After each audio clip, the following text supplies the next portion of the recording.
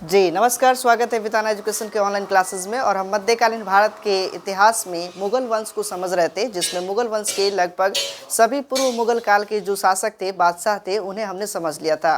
और आज के इस विशेष टॉपिक में हम लोग मुगल प्रशासन को समझेंगे और इसके बाद हमारा एक और वीडियो आएगा मुगल कला से संबंधित, और हम मध्यकालीन भारत के इतिहास को लगभग समाप्त कर चुके होंगे। तो फिलहाल हम लोग मुगल प्रशासन को समझते हैं कि मुगल काल में किस प्रकार की प्रशासनिक व्यवस्थाएं थी।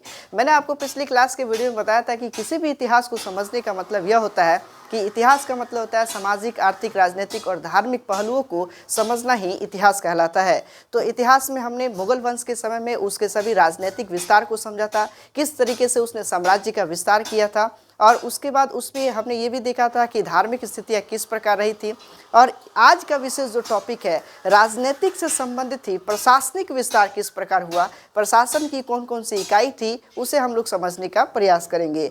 तो हमने कौन कौन से बिंदु को यहाँ पर क्रमबद्ध सजाया है उसे पहले समझ लेते हैं। मुगल प्रशासन में हमने सबसे पहले समझेंगे कि प्रशासन का विभाजन यानी प्रशासनिक विभाजन कौन कौन से विभाजन में हुआ था। इसके बाद इसमें केंद्रीय प्रशासन, प्रशासन के अलावा प्रांतीय प्रशासन, ठीक इस तरीके से सरकार से संबंधित प्रशासन जो थे वो समझेंगे। इसमें परगना और गांव के प्रशासन को समझेंगे। ठीक इसी तरीके से यानी मुगल प्रशासन में सैन्य व्यवस्था किस प्रकार थी उसे जानने का प्रयास करेंगे। और राजस्व के संबंधित जो है, वित्त से संबंधित किस प्रकार प्रशासनिक इकाई को जो है मैनेज किया गया था उसे भी समझने का प्रयास करेंगे। तो चलिए शुरू करते हैं। मुगल प्रशासन में सबसे पहले प्रशासनिक विभाजन को समझेंगे। मुगल प्रशासन में प्रशासन का विभाजन जो है, सबसे पहले साम्राज्य था यानी प्रशासन साम्राज्य स्तर पर देखे जाते थे, और दूसरा उससे छोटी इकाई होती थी सूबा यानी सूबा का प्रशासन जो वर्तमान में राज्य या प्रांत कहा जाता है। और इसके बाद इससे छोटी इकाई होती थी सरकार, सरकार का यानी जिला का प्रशासन, इसे वर्तमान में जिला कहा जाता है। और सरकार प्रशासन विभाजन था। इस तरीके से उससे छोटा था परगना, जिसे वर्तमान में हम लोग प्रखंड या ब्लॉक कहते हैं, और उससे जो छोटी इकाई थी वह थी गांव। तो प्रशासन की सबसे छोटी इकाई जो होती थी वह गांव होता है। आज भी हम देखेंगे कि प्रशासन जो मैनेज किया जाता है सबसे पहले केंद्रीय स्तर पर जो सेंट्रल गवर्नमेंट होते हैं, उसके बाद स्टेट स्तर पर यानी राज्य स्तर पर जो है प्रशासन को मैनेज किया जाता है। फिर राज्य स्तर से आते हैं तो जिला स्तर पर प्रशासन को मैनेज किया जाता है। और ठीक इसी तरीके से जिला स्तर से अगर बढ़ें तो जिले में कई ब्लॉक होते हैं, कई प्रखंड होते हैं, जो प्रखंड स्तर पर प्रशासन को मैनेज किया जाता है। और प्रखंड के अलावा एक प्रखंड में कई ग्राम पंचायत होते हैं, पंचायत स्तर पर जो है मैनेज किया जाता है। और पंचायत के अंदर देखेंगे तो कई गांव मिले हुए रहते हैं। तो सबसे छोटी इकाई प्रशासन का जो होता है वह होता है गांव अथवा ग्राम। तो यहाँ से प्रश्न पूछता है कि इसको क्रम सजाइए, जिसमें आपको क्रम दे देगा साम्राज्य, सूबा, सरकार, परगना और गांव। तो आपको ध्यान रखना है कि ब्लॉक स्तर के प्रशासनिक इकाई को परगना कहा जाता था, और जिला स्तर के जो प्रशासनिक इकाई होता था उसे क्या कहते थे, सरकार कहते थे। और वही राज्य स्तर पे जो इकाई होता था उसे सूबा भी कहा जाता है, कहीं कहीं इसे सूबा भी कहा जाता है। जैसे आप कभी ये न्यूज़ वगैरह में आपने देखे होंगे कि सूबे बिहार के या बिहार सूबे के, उत्तर प्रदेश सूबा के, तो सूबा का मतलब होता है राज्य स्तर। तो राज्य स्तर से जो प्रशासनिक इकाई होता है उसे हम सूबा कहते हैं। अब हम समझते हैं कि केंद्रीय प्रशासन जो केंद्र स्तर पे जो है साम्राज्य के द्वारा जो है डील किए जाते हैं, उसमें कौन कौन से उसमें प्रमुख जो है होते थे और किस प्रकार उसके प्रशासनिक इकाइयों को बांटे गए थे। तो केंद्रीय प्रशासन में सबसे पहले जानेंगे कि बादशाह जो होता था वह संपूर्ण शक्तियों का एकाधिकार रखता था। यानी केंद्रीय स्तर पर राजा जो बादशाह होते थे वह संपूर्ण शक्तियों का एकाधिकार रखता था। उसके अंदर सभी प्रकार के जो कानूनी व्यवस्थाएं थी वह सभी उसके अंदर नहीं था। न्याय से संबंधित बात हो या फिर प्रशासन से, सैनिक से संबंधित बात हो या फिर वित्त से संबंधित बात हो, सभी विभाग का हेड के रूप में जो है स्वयं बादशाह हुआ करता था, जिसे संपूर्ण शक्तियों का एकाधिकार बादशाह के अंतर्गत होता था। जिस प्रकार हमने प्राचीन भारत के इतिहास में चंद्रगुप्त मौर्य के शासन को समझा था कि जिसमें पूरे साम्राज्य का जो है शक्ति उसके अंदर नहीं थी, उसी प्रकार जो साम्राज्य में यानी इस मुगल वंश में भी देखिएगा कि बादशाह के अंदर संपूर्ण शक्तियों का एकाधिकार होता था। और उसके बादशाह के अंतर्गत कुछ मंत्री कार्य करते थे जिसे परिषद या विजारत कहा जाता। मंत्री परिषद और विजारत होते थे। इन मंत्रियों के समूह को मंत्री परिषद या मंत्री विजारत कहा जाता था। कौन कौन से मंत्री होते थे बादशाह के अंदर? वो भी समझते हैं। तो बादशाह के अंतर्गत वकील आते थे, दीवान अथवा वजीर होता था।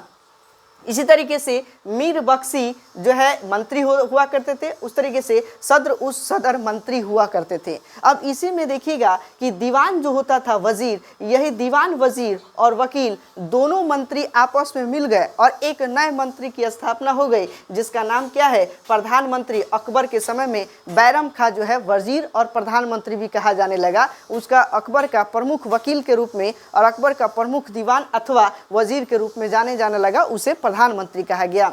तो इस तरीके से ये दो जो मंत्री होते थे वो आपस में मिल गए, उसका नाम क्या हुआ, बाद में प्रधानमंत्री हो गया। और वही अकबर के समय में यह कार्य शुरू हो गया, जिससे वकील और वजीर अथवा दीवान एक में मिल जाने के बाद प्रधानमंत्री पद की जो है यहाँ पर स्थापना हो जाती है। इसके बाद देखते हैं कि बादशाह के बाद जो है, बादशाह के बाद सबसे महत्वपूर्ण पद था, तो यह जो है प्रधानमंत्री जो है, यह बादशाह के सबसे महत्वपूर्ण पद जो होता है वह प्रधानमंत्री का। आज भी हम देखेंगे कि सबसे वरीयतम पद के रूप में भारत में राष्ट्रपति है और उसके नीचे प्रधानमंत्री। वैसे ही यहाँ पर देखेंगे कि बादशाह के बाद का जो वरीयतम मंत्री जो होते थे वो प्रधानमंत्री होता था। जो वित्त संबंधित शक्तियाँ उसके पास प्राप्त थी, जो फाइनेंस संबंधित भी कार्य वो डील कर सकता था, वह प्रधानमंत्री।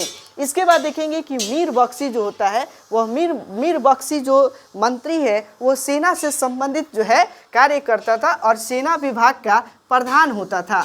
मीर बख्शी, जैसे आज के समय में रक्षा मंत्री जो है वह मीर बख्शी कह सकते हैं मुगल वंश का, क्योंकि रक्षा मंत्री ऐसा नहीं कि वह स्वयं सेना हो या सेनापति हो। रक्षा मंत्री का मतलब एक मंत्री है, वह स्वयं सेना नहीं होता था, लेकिन सेना विभाग का प्रधान होता था और सेना की भर्ती उसी के अंतर्गत होती थी और रख रखाव सेना का या उससे वेतन संबंधित जो कार्य होते थे वह मीर बख्शी के द्वारा ही संचालन किया जाता था। तो आपसे प्रश्न बन सकता है कि मुगल काल में मीर बख्शी किस पद से संबंधित है, तो सेना से, यानी सेना के रख रखाव, सेना के भर्ती और सेना के वेतन आदि से संबंधित जो है यह मंत्री पद स्थित था। इसी तरीके से हम आगे बात करते हैं सद्र उस सद्र। यह सद्र उस सद्र जो है यह धार्मिक मामलों में बादशाह के सलाहकार के रूप में एक मंत्री हुआ करते थे। सद्र उस सद्र जो है धार्मिक मामलों में, अकबर ने देखिएगा कि जब, हालांकि बाबर के बाद हुमायूं, बाबर 4 साल तक ही शासन किया और हुमायूं भी जो है अंतिम समय में देखिएगा कि वो भारत छोड़कर बाहर रहने पर मजबूर हो जाता है। उस वक्त साम्राज्य का विस्तार नहीं होता है। अकबर के काल में सबसे ज़्यादा साम्राज्य का विस्तार होता है और उसी ने देखिएगा कि धार्मिक पहलुओं पर विचार रखने की जो है व्यवस्था अकबर के द्वारा ही बादशाह भी रख सकता है, एक महजर नाम के पद की घोषणा करके। ये स्वयं महजर पद कर लिया कि मैं महजर हूँ और धार्मिक जो है मामलों पर हम बात रख सकते हैं। और उसके बाद जो है अपने पास जो है एक नए मंत्री यानी सद्र उस सत्र, एक मंत्री रख लिया जो धार्मिक मामलों में बादशाह का सलाहकार के रूप में माने जाते थे। तो यह भी पॉइंट आपको ध्यान में रखना है। इसी तरीके से मुख्य काजी के रूप में जो है इसके बाद जो है, ये तो आपके इम्पोर्टेंट मंत्री हो गए।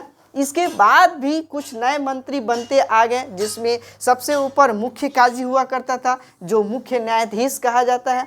और उसी तरीके से अकबर का जो शासन काल आया उसमें भी हमने देखा कि न्याय के संबंधित जो है, न्याय संबंधित जो है अच्छी न्याय जो है, ऐसा नहीं है कि एक पक्षीय न्याय करना, हर धर्मों को देखते हुए वह न्याय देता था अकबर। और उसके बाद उसका पुत्र जो है जहांगीर के द्वारा भी जो है उसने एक जंजीर लगवाया, सोने की जंजीर। न्याय संबंधित कार्य उसके क्रम में बहुत अच्छे तरीके से किया गया। हालांकि जब औरंगजेब का शासन आता है तो उस समय जो है वह एक पक्षीय न्याय देना शुरू कर देता है, सिर्फ इस्लामिक धर्म को मानते हुए, इस्लामिक कानून को मानते हुए वो न्याय देने का कार्य करता था। तो उस समय थोड़ा न्याय की व्यवस्था थोड़ा सा ये हो गई थी, यानी दयनीय स्थिति में चला गया था। तो उस वक्त जो है मुगल समय में जो काजी होते थे वह न्याय से संबंधित कार्य करते थे, जो मुख्य काजी का पद हुआ करता था, मंत्री के रूप में मुख्य न्यायाधीश होते थे। इसी तरीके से मुहतसिम एक मंत्री पद हो गया जो प्रजा के नैतिक चरित्र की देखभाल करता था। प्रजा की नैतिक चरित्र की देखभाल जिस मंत्री के द्वारा होता था उसका नाम मुहतसिम था। इस तरीके से मीर ए शमा मीर ए समा जो मंत्री पद था यह जो है बादशाह के दैनिक जीवन की आवश्यकता और बादशाह के परिवार की देखभाल करने से संबंधित कार्य करने का काम करते थे मीर ए समा। इस तरीके से मीरे आतिश, ये मीरे आतिश, आतिश का मतलब समझ लीजिए जैसे पटाखा होता है, आतिशबाजी जिसको कहते हैं, तो मीरे आतिश यह भी एक मंत्री का पद ही था जो क्या करते थे, शाही तोप खाने का प्रधान होता था। यानी तोप खाना, शाही तोप खाना अर्थात बादशाह के द्वारा देखिएगा जो बादशाह के तोप होते थे उस तोप खाने का जो प्रधान के रूप में मीरे आतिश कहा जाता है। और इसी तोप खाने की वजह से ही भारत पे बाबर का आक्रमण हुआ और बाबर विजेता भी रहा और जितने भी युद्ध हुए इसी तोप खाने की बदौलत ही युद्ध को वो जीतते चला आया। तो इसलिए इस शाही तोप खाने का जो मुख्य मंत्री होते थे उसे क्या कहा जाता था, मीरे आतिश कहा जाता था। इसके बाद हम देखेंगे कि दारोगा ए डाक चौकी, ये डाक चौकी यानी दारोगा ए डाक चौकी जो होता है यह गुप्तचर व्यवस्था का प्रधान होता था। गुप्तचर व्यवस्था का प्रधान के रूप में दरोगा ए डाक चौकी मंत्री के रूप में रखा गया। इस तरीके से सरखत पद जो था यह सरखत पद जो है पत्र सेना का वेतन से संबंधित था, यानी डाक से संबंधित जो सेना होती थी उससे संबंधित उसके वेतन से संबंधित जो है वह सरखत पद जो है जिसमें मंत्री के रूप में कार्य कर रहे थे। तो यह केंद्रीय प्रशासन से संबंधित कुछ मंत्री पद थे या कह सकते हैं कि कुछ ऐसे पोस्ट, कुछ ऐसे पद जिसके द्वारा जो है केंद्र के प्रशासन को डील किए जाते थे।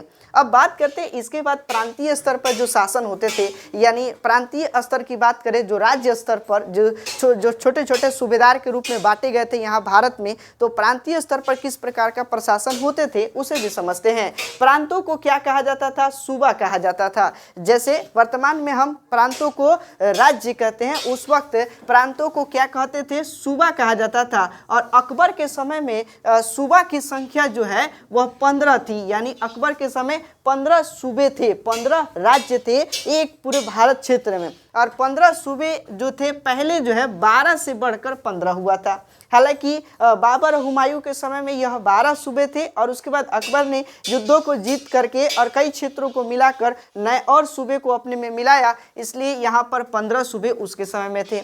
इसके बाद शाहजहां के समय में यही सूबा बढ़कर 18 हो गए, सूबे की संख्या 18 हो गई। इसके बाद औरंगजेब के समय में यह सूबे की संख्या कितने हो गई, तो 20 हो गई। और शुरुआती क्षणों में देखिएगा कि स्टार्टिंग में बात करें तो 12 ही थे और उसके बाद बढ़ते बढ़ते अभी वर्तमान में औरंगजेब के समय में अंतिम जो पूर्व मुगल काल का शासक औरंगजेब था इसके समय में 20 सूबे हो गए थे।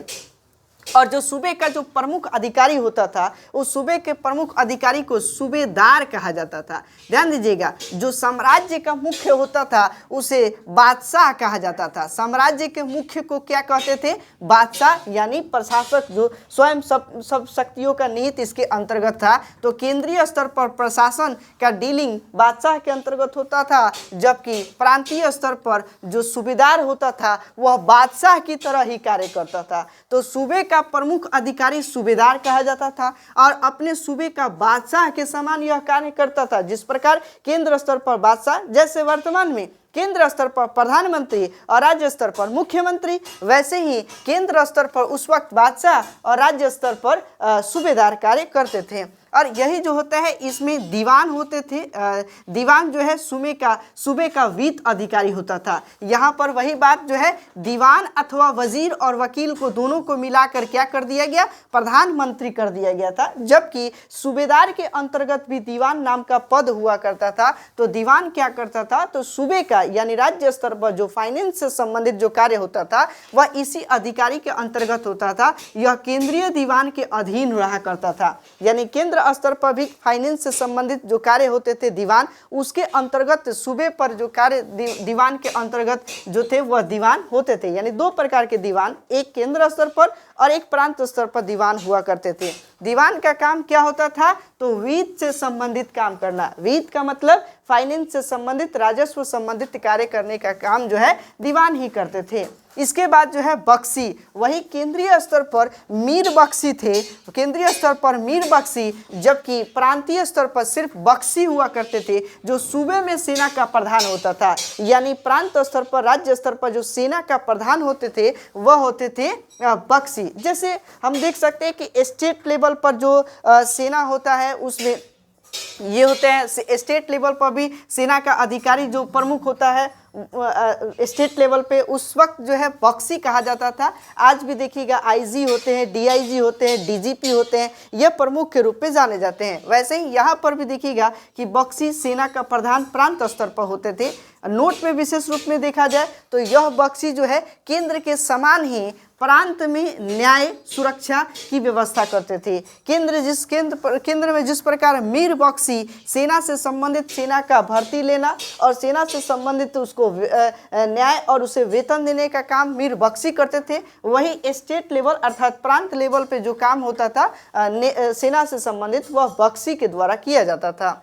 इस तरीके से इसके बाद जो है जो प्रांत स्तर के बाद यानी सूबे के बाद जो है जिला यानी सरकार स्तर पर जो प्रशासन इकाई थी उसे भी समझते हैं। सरकार स्तर पर जिला स्तर पर जो प्रशासनिक इकाई का सबसे बड़ा प्रमुख अधिकारी जो होता था उसे फौजदार कहा जाता था। फिर से हम समझेंगे कि केंद्र स्तर पर प्रशासक जो होता था प्रमुख प्रशासक के रूप में बादशाह और प्रांत स्तर पर प्रमुख बादशाह के रूप में सूबेदार, और वही सरकार स्तर पर जो प्रमुख प्रशासक था जो प्रमुख अधिकारी होता था वह होता था फौजदार। और फौजदार जो है सरकार के प्रमुख सैन्य अधिकारी, इसकी नियुक्ति बादशाह के द्वारा की जाती थी। तो ये जो है सरकार की प्रमुख सैन्य अधिकारी के रूप में फौजदार होते थे और इसकी नियुक्ति किसके द्वारा होता था तो बादशाह के द्वारा होता था कि इस जिले का फौजदार ये रहेगा। जैसे मान लीजिए अकबर या औरंगजेब जहांगीर कोई भी हो, अगर कोई ऐसा सरकार हो गया, मान लीजिए पटना सरकार हो गया, पटना एक जिला हो गया, तो पटना सरकार का फौजदार एक मुख्य अधिकारी कौन होगा, उसकी नियुक्ति कौन करेगा तो बादशाह करता था। ठीक इसी तरीके से यानी सरकार स्तर पर न्याय, शांति व्यवस्था और राजस्व इत्यादि व्यवस्था की गई थी। जो सरकार स्तर पर राजस्व का कलेक्शन हो, सरकार स्तर पर न्याय हो, जो किसके अंतर्गत होता था तो फौजदार के अंतर्गत होता था। इसके बाद वह सरकार यानी वह जिला कई परगनों में बटा हुआ था। तो जो परगना होता था, परगना के मुख्य अधिकारी के रूप में सिकदार कहा जाता था। यह समझेंगे कि मुगल काल में सिकदार परगना का मुख्य अधिकारी होता था, मुगल काल में फौजदार सरकार का मुख्य अधिकारी होता था और मुगल काल में सूबेदार सूबे का मुख्य अधिकारी होता था। तो यहाँ पर परगना जो है सिकदार और परगने का प्रमुख सैन्य अधिकारी के रूप में काम करता था। इस तरीके से गांव की बात करें तो गांव का जो है जो प्रशासनिक इकाई जो होती थी, ग्राम पंचायत के माध्यम से प्रशासन को डील किया जाता था, प्रशासन समझा जाता था, जिसमें ग्राम का मुख्य अधिकारी के रूप में खुद मुकद्दम या चौधरी यही कहा जाता था। यानी चौधरी भी जो है वह ग्राम का मुख्य अधिकारी, जैसे वर्तमान में आज के समय में मुखिया कहा जाता है गांव के प्रमुख अधिकारी को, वैसे ही इस समय जो है गांव के प्रमुख अधिकारी को क्या कहा जाता था, चौधरी कहा जाता था, मुकद्दम कहा जाता था या खुद कहा जाता था। इस वक्त गांव में एक पटवारी नाम का पद था। तो यह पटवारी क्या करता था, राजस्व कार्य के लिए हुआ करता था। राजस्व की कलेक्शन से संबंधित यह काम गाँव में होते थे पटवारी के द्वारा। अब बात करते हैं कि नगर के प्रशासन यानी नगरों का प्रशासन किस प्रकार इसको व्यवस्थित किया गया था। हमने ये देखा कि गांव का प्रशासन, उस तरीके से परगना का प्रशासन, इस तरीके से सरकार जिला का प्रशासन। अब कोई नगर है, कोई सिटी है, तो नगर का प्रशासन के लिए जो है कोतवाल रहा करता था। इसका प्रमुख प्रशासक के रूप में जो होते थे उसे कोतवाल कहा जाता था। कोतवाल नगर प्रशासन का जो है प्रमुख था और वह नगर पालिका एवं पुलिस प्रशासन के रूप में कार्य करता था। नगर पालिका और पुलिस प्रशासन के रूप में कार्य करने वाला जो प्रमुख अधिकारी नगर स्तर पर जो था वह था कोतवाल। तो यह ध्यान में रखना है कि मुगल काल में जो है नगर प्रशासन का प्रमुख अधिकारी के रूप में कोतवाल होते थे। इसके बात करते हैं कि सैन्य व्यवस्था मुगल काल में किस प्रकार के सैन्य को सुदृढ़ किया गया था, सेना किस प्रकार रखी गई थी, उसे भी बात करते हैं। तो सैन्य व्यवस्था में आपने कई बार मुगल काल में देखा था कि किसी को 7,000 मनसब प्रदान किया गया था, किसी को 8,000 मनसब प्रदान किया गया था। तो यह मनसब क्या होता थे, मनसब जो है मनसबदार यानी सैनिक दो प्रकार के होते थे, एक मनसबदार सैनिक और दूसरा एक अहदी सैनिक। मनसबदार सैनिक उसे कहा जाता है जिन्हें कुछ घोड़े घोड़े देकर, यानी एक समूह बनाया गया। मान लीजिए कि 5000 घुड़सवार सेना का एक पद हो, 5000 घुड़सवार सेना पर एक सेना अधिकारी रखा गया, तो वह एक मनसब अधिकारी कहा जाएगा। यानी एक अधिकारी के अंतर्गत कुछ सेना का टुकड़ी रखा जाए, वह मनसब कहलाता था। वह पद मनसब होता था। जो सेना का अधिकारी होगा वह मनसब होगा, जो उस सेना को नियंत्रित रखेगा। तो उसी सेना व्यवस्था को जो है मनसबदारी सैनिक कहा जाता था, जो वेतन स्तर पर उसको रखने का काम होता था। तो कुछ ऐसे भी सुनने को मिलेगा कि जो बादशाह के जो राजकुमार होते थे, वह राजकुमार 8000 घुड़सवार सेना का एक मनसब हुआ करते थे। माने 8000 घोड़े की सेना रखकर और एक अधिकारी के रूप में स्वयं रहा करते थे बादशाह के राजकुमार। तो वह एक मनसब कहा जाता था, जो बादशाह के द्वारा वेतन जो है उस स्तर पर दिए जाते थे। तो ये मनसबदार सैनिक कहलाते थे। और अहदी सैनिक उसे कहेंगे जो बादशाह के सैनिक थे। बादशाह के द्वारा बादशाह के नियंत्रण रखने के लिए जो सेना होते थे वह कौन होते थे? अहदी सैनिक। आज भी हम लोग देखते हैं कि सेना में कुछ इस प्रकार होता है कि जेड क्वालिटी की सेना है ना, वाई ग्रेड की सेना। तो जो प्रमुख सुरक्षा के लिए जो अधिक हाई क्वालिटी की जो सेना होती थी, जो हर दृष्टिकोण से पारंगत हो, वह अहदी सेना के रूप में उस वक्त काम करती थी। जो बादशाह के सुरक्षा के लिए स्पेशल सेना थी, वह बादशाह के ही सेना कहे जाते थे, अहदी सेना। अब इसके बाद देखेंगे कि सेना जो है कुछ टुकड़ियों में बटी हुई थी, जिसमें घुड़सवार सेना कहा जाता था। घुड़सवार सेना में सबसे प्रमुख जो है 2 अस्पा सेना और सिंह अस्पा सेना थी। तो जिस वक्त मैंने जहांगीर का समय पढ़ाया था, उस वक्त मैंने बताया था कि इस वक्त 2 अस्पा और सिंह अस्पा सेना की जो है फिर से लागू किया गया था मुगल काल में। हालांकि जब मैंने मध्यकालीन भारत के इतिहास में ये पढ़ा था अलाउद्दीन खिलजी का शासन, तो अलाउद्दीन खिलजी में भी देखा था कि उस वक्त घुड़सवार सेना में 2 अस्पा सिंह अस्पा जो है प्रचलन था। और उस वो बंद हो जाने के बाद पुनः मुगल काल में जो है जहांगीर के द्वारा इसे शुरू किया गया था, 2 अस्पा सिंह अस्पा। इस पर मैंने विशेष टॉपिक्स बताया है, तो उसे भी आप उस वीडियो को देखकर समझ सकते हैं। तो घुड़सवार सेना सबसे प्रमुख था। इस तरीके से पैदल सेना में 2 प्रकार की सेना थी, एक बंदूकची सेना और एक शमशीरबाज सेना। तो बंदूकची सेना का काम था कि पैदल बंदूक लेकर दौड़ेंगे, और शमशीरबाज सेना का मतलब हो गया कि पैदल तलवार लेकर दौड़ेंगे। तो जो तलवारबाजी करते थे उस सेना को पैदल सेना में रखा जाता था, वह शमशीरबाज कहलाते थे। और जो बंदूक लेकर दौड़ते थे उसे बंदूकची कहा जाता था, जो पैदल सेना में होते थे।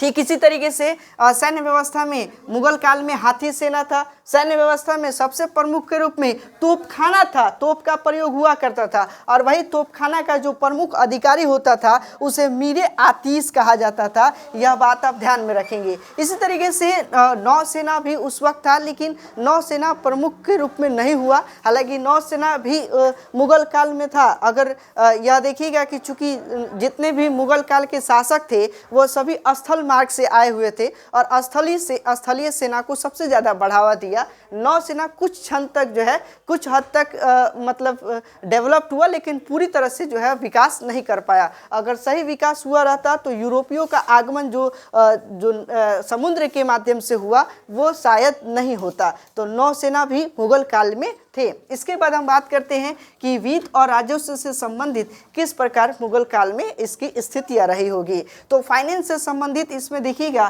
कि किसी भी काल में जब भी हम प्राचीन से लेकर अभी मध्यकालीन तक आ गए हैं, तो इसमें आप देखिएगा कि भू राजस्व जो होता है वह राज्य की आय का सबसे बड़ा स्रोत होता है। आज भी देखिएगा कि भूमि का राजस्व से किसी भी गवर्नमेंट का जो है राजस्व कलेक्शन ज़्यादा होता है, अधिक होता है। तो राज्य की आय का सबसे बड़ा स्रोत क्या है? तो भू राजस्व होता था। इसमें आप देखिएगा भूमि में भी एक जब्ती प्रणाली होता था। जब्ती प्रणाली के आधार पर जो है राजस्व वसूली किया जाता था, जिसके अंतर्गत जो है इसके बाद होता है दहसाला बंदोबस्ती, जिसे टोडरमली व्यवस्था भी कहते हैं। और यह मैंने बताया था कि प्रत्येक 10 साल का पिछले बोए गए अनाज के 10 साल के उपज का औसतन उपज निकाल कर और उसका औसतन उपज निकाल कर उसके ऊपर जो है 1/2 या 1/3 कर जो है वसूले जाते थे, उसे दहसाला बंदोबस्ती कहा जाता है।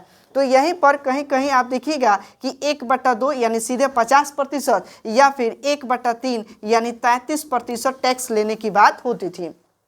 भूमि के कौन कौन से प्रकार होते थे, किस प्रकार खेती होती थी, इसे भी समझते हैं। तो मुगल काल में भूमि के प्रकार में पोलज नाम की भूमि, जिसमें प्रत्येक वर्ष कृषि होती थी, प्रति वर्ष कृषि करने वाली भूमि को पोलज कहा जाता है। इस तरीके से प्रति जो 1 से 2 वर्ष के बाद जो कृषि होती थी उसे प्रति भूमि कहा जाता है। इसी तरीके से चाचर, जो आज के समय में हम लोग गाँव देहात में चेवर कहते हैं, उस वक्त चाचर कहा जाता था या छच्छर कहा जाता है। तो चाचर जो है, जो 3 से 4 वर्ष पर कृषि होती थी, खेती होती थी, उसे चाचर या चेवर। आज भी देखिएगा गाँव में चेवर में बहुत ज़्यादा कृषि नहीं होती है, चूँकि एक बार पानी आ जाने के बाद वो पानी जल्दी जाता नहीं है, तो वो निम्न भूमि होती है, सबसे निचली भूमि होती है। तो वह 3 से 4 वर्ष के बाद उसमें खेती होने की संभावना होती है, तो वह चाचर कहा जाता है। बंजर भूमि जो सबसे ऊंची भूमि होती है, तो वहाँ पर क्या होता है कि करीब करीब 5-5 साल तक कृषि नहीं होता था, तो 5 वर्षों तक कृषि नहीं होने वाली भूमि को बंजर कहा जाता है। आज भी ये चीज़ देखने को मिलता है। तो उस वक्त के भी जो है कृषि करने वाले जो किसान थे, वो किसानों के भी अलग अलग प्रकार थे। किसान कई प्रकार थे। एक तो खुदकास्त थे। खुदकास्त वह किसान होते थे जो अपने गांव के अपनी भूमि पर कृषि करते थे, उसे खुदकास्त कहा जाता था। उसी तरीके से यहाँ पर पाही कास्त या बाही कास्त कहा जाता है। बाही कास्त उसको कहते हैं जो किसी दूसरे के गांव में जाकर और कृषि करते थे, वह बाही कास्त कहते हैं। आज भी देखिएगा कई ऐसे क्षेत्र हैं जहाँ सब्जी बोने के लिए लोग दूसरी जगह जाता है या सब्जी वगैरह वहाँ से निकाल कर और उसके बाद अपने गाँव आता है, वहाँ से कमाकर, तो उस किसान को बाही कास्त या पाही कास्त कहा जाता है। इस तरीके से तीसरा एक किसान होता था मुजारियन। तो मुजारियन जो है भूमि को किराए पर लेकर, यानी भूमि को टैक्स किराए पर लेकर और कृषि करता था, उसे मुजारियन कहा जाता था। तो मुगल काल के प्रशासन जो है इस प्रकार निम्न विभागों में जो है निम्न कैटेगरी में बांटे गए हैं। इसे हमने आज के विशेष टॉपिक में समझा। मुगल से संबंधित प्रशासनिक विभाजन समझा, जिसमें साम्राज्य, इसके बाद हमने समझा था सूबा, सरकार, परगना और गांव। इस तरीके से इसके केंद्रीय प्रशासन क्या थे, सूबा का प्रशासन यानी प्रांतीय प्रशासन क्या थे, सरकार की प्रशासन क्या था, और परगना का प्रशासन और गांव का प्रशासन, और ठीक इससे संबंधित सेना की व्यवस्था और वित्त और राजस्व से संबंधित आज के विशेष टॉपिक में हमने समझा। तो अगर वीडियो आपको पसंद आता है तो इस वीडियो को लाइक अवश्य करें, और अब तक आपने हमारे चैनल को सब्सक्राइब नहीं किया तो बिल्कुल सब्सक्राइब कर दें। मिलते हैं अगले वीडियो के साथ। Thanks a lot.